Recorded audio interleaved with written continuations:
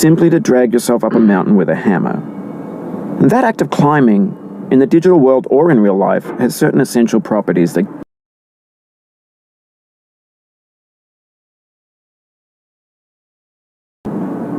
give the game its flavor.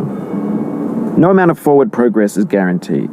Some cliffs are too sheer or too slippery, and the player is constantly, unremittingly in danger of falling and losing everything. Anyway, when you start sexy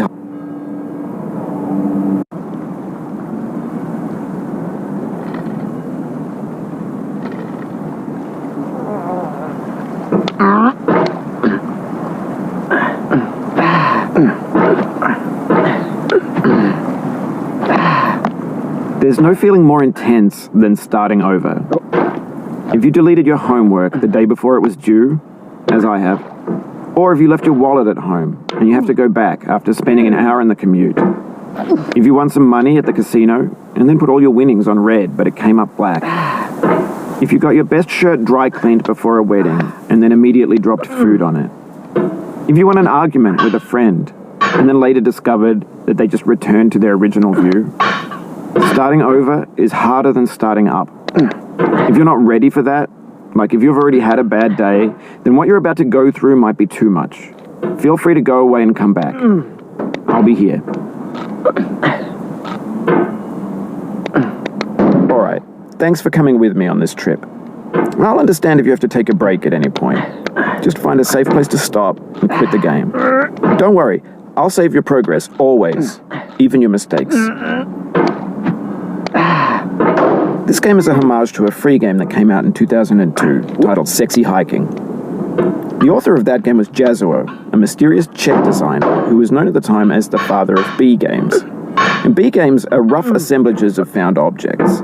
Designers slap them together very quickly and freely, and they're often too rough and unfriendly to gain much of a following. They're built more for the joy of building them than as polished products. In a certain way, Sexy Hiking is the perfect embodiment of a B game. It's built almost entirely out of found and recycled parts, and it's one of the most unusual and unfriendly games of its time. In it, your task is simply to drag yourself up a mountain with a hammer. And that act of climbing, in the digital world or in real life, has certain essential properties that give the game its flavor. No amount of forward progress is guaranteed. Some cliffs are too sheer or too slippery, and the player is constantly, unremittingly in danger of falling and losing everything. Anyway, when you start Sexy Hiking, you're standing next to this dead tree that blocks the way to the entire rest of the game. It might take you an hour to get over that tree, and a lot of people never got past it. You prod and you poke at it, exploring the limits of your reach and your strength, trying to find a way up and over. And there's a sense of truth in that lack of compromise. Most obstacles in video game worlds are fake. You can be completely confident in your ability to get through them once you have the correct method or the correct equipment or just by spending enough time. In that sense, every pixelated obstacle in Sexy Hiking is real. The obstacles in Sexy Hiking are unyielding, and that makes the game uniquely frustrating. But I'm not sure Jazuo intended to make a frustrating game. The frustration is just essential to the act of climbing, and it's authentic to the process of building a game about climbing. A funny thing happened to me as I was building this mountain. I'd have an idea for a new obstacle, and I'd build it, test it, and it would usually turn out to be unreasonably hard. But I couldn't bring myself to make it easier. It already felt like my inability to get past the new obstacle was my fault, as a player rather than as a builder.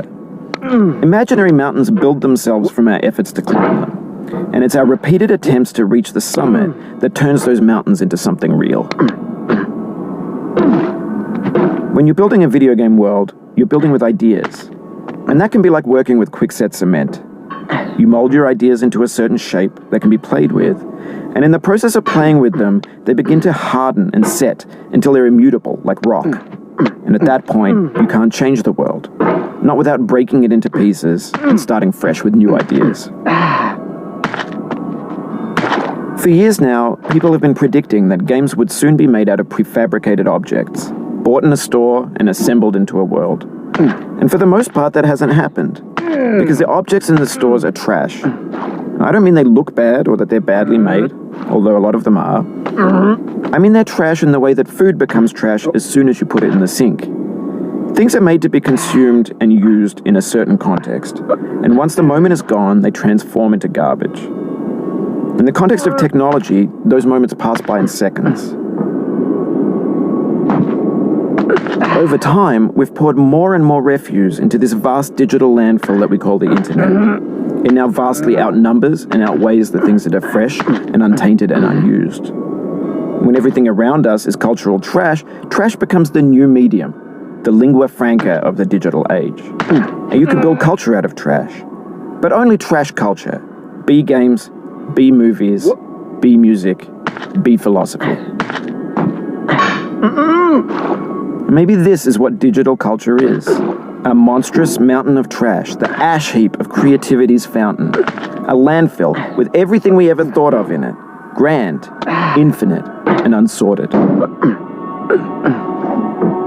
There's 3D models of breakfast, Gen X's fanfic novels, Scan magazines, green screen Shia LaBeouf, banned snuff scenes on Live Leak. Facebook's got lifelike bots with unbranded adverts and candid shots of Kanye and Taylor Swift mashups, car crash epic failed GIFs, Russian dashcam vids, discussions of McRibs, discarded, forgotten, unrecycled, muddled, rotten, untitled. Everything's fresh for about 6 seconds, until some newer thing beckons, and we hit refresh. And there's years of persevering, disappearing into the pile, out of style, out of sight. Oh, no. In this context, it's tempting to make friendly content that's gentle, that lets you churn through it but not earn it. Why make something demanding if it just gets piled up in the landfill, filed in with the bland things? When games were new, they wanted a lot from you. Daunting you, taunting you, resetting and delaying you. Players played stoically. Now everyone's turned off by that. They want to burn through it quickly, a quick fix for the fickle, some tricks for the clicks of the feckless. But that's not you, you're an acrobat. You could swallow a baseball bat. Now